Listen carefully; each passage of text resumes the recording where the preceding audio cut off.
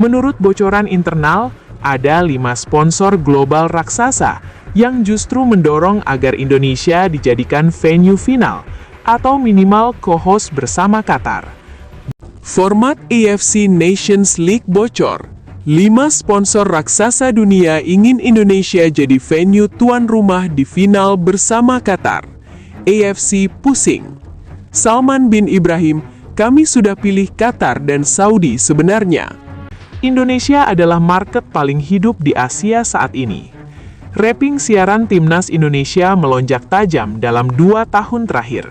Engagement media sosial meledak. Highlight pertandingan Indonesia bisa tembus jutaan views, bahkan saat lawannya bukan raksasa Asia. Di mata sponsor, ini emas. Bandingkan dengan Timur Tengah. Stadion megah, iya. Fasilitas mewah, iya. Tapi atmosfer, rating global, interaksi digital, di banyak event besar kursi stadion sering terlihat kosong.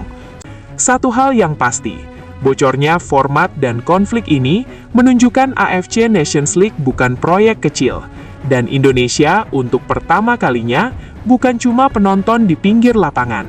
Sekarang tinggal menunggu satu keputusan penting. AFC akan memilih aman secara politik atau berani mengikuti market. The next station is Indonesia. To Indonesia, coming from behind to score first goal for Indonesia national team. So easy. A Fortuna Sittard player now making his debut goal for Indonesia national team. Indonesia 2, Vietnam 0.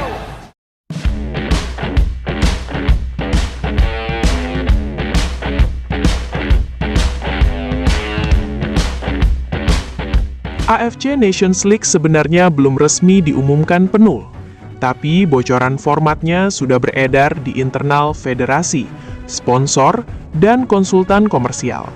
Dan dari semua bocoran itu, ada satu isu yang paling bikin panas, soal tuan rumah final. Sejak awal, AFC memang sudah punya skenario aman.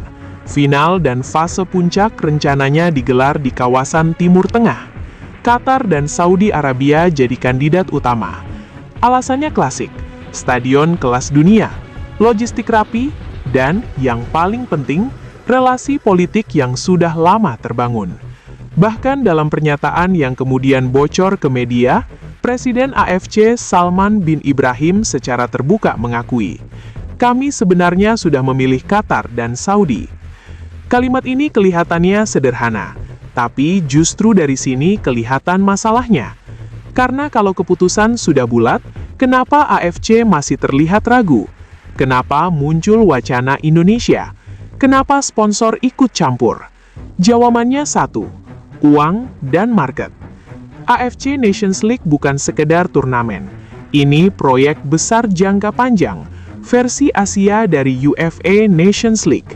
Negara-negara Asia akan dibagi dalam beberapa divisi, berdasarkan ranking dan performa. Ada sistem promosi dan degradasi. Setiap pertandingan bernilai, bukan sekedar uji coba. Dan proyek sebesar ini mahal. Biaya produksi siaran, branding, perjalanan tim, promosi global, semuanya bergantung pada sponsor. Disinilah konflik mulai muncul. Menurut bocoran internal, ada 5 sponsor global raksasa yang justru mendorong agar Indonesia dijadikan venue final atau minimal co-host bersama Qatar. Bukan karena faktor teknis semata, tapi karena angka. Sponsor bekerja dengan data, bukan perasaan. Dan data mereka menunjukkan satu hal, Indonesia adalah market paling hidup di Asia saat ini. Rating siaran Timnas Indonesia melonjak tajam dalam 2 tahun terakhir. Engagement media sosial meledak. Highlight pertandingan Indonesia bisa tembus jutaan views, bahkan saat lawannya bukan raksasa Asia. Di mata sponsor, ini emas. Bandingkan dengan Timur Tengah. Stadion megah, iya. Fasilitas mewah, iya. Tapi atmosfer, rating global, interaksi digital, di banyak event besar kursi stadion sering terlihat kosong, suasana sunyi, dan buat sponsor itu masalah besar. Karena sponsor tidak cuma bayar logo di papan iklan, mereka beli atensi manusia. Indonesia punya itu, bahkan terlalu banyak. Setiap isu timnas Indonesia bisa jadi perdebatan nasional. Setiap laga pandang terasa seperti final. Ini yang bikin konsultan komersial AFC mendorong Indonesia masuk. Dan di titik inilah AFC terjepit. Di satu sisi ada Qatar dan Saudi, negara dengan pengaruh politik besar di AFC. Mereka sudah lama jadi penyokong event-event AFC, dari Piala Asia sampai turnamen kelompok umur. Menolak mereka berarti beresiko merusak hubungan lama. Di sisi lain, ada sponsor global dengan kontrak miliaran dolar. Kalau sponsor tidak puas, mereka bisa menarik dukungan, mengurangi nilai kontrak, atau bahkan hengkang. AFC Nations League bisa mati sebelum berkembang. Inilah konflik sebenarnya, bukan soal stadion, bukan soal kesiapan teknis, tapi konflik antara politik federasi dan realitas market. Dan Indonesia ada di tengah konflik itu. Yang menarik, isu Indonesia sebagai tuan rumah ini bukan datang dari PSSI, bukan juga dari media lokal, tapi dari jalur sponsor dan konsultan internasional. Artinya Indonesia tidak sedang melobi, Indonesia diperebutkan. Ini situasi yang jarang terjadi dalam sejarah sepak bola Asia. Selama puluhan tahun, Asia Tenggara hanya dianggap pasar penonton. Sekarang mulai dilihat sebagai pusat event. AFC sendiri terlihat belum siap menerima perubahan ini. Pernyataan Salman bin Ibrahim yang defensif justru menunjukkan tekanan besar. Ia harus menenangkan Timur Tengah sambil tidak mematikan sponsor.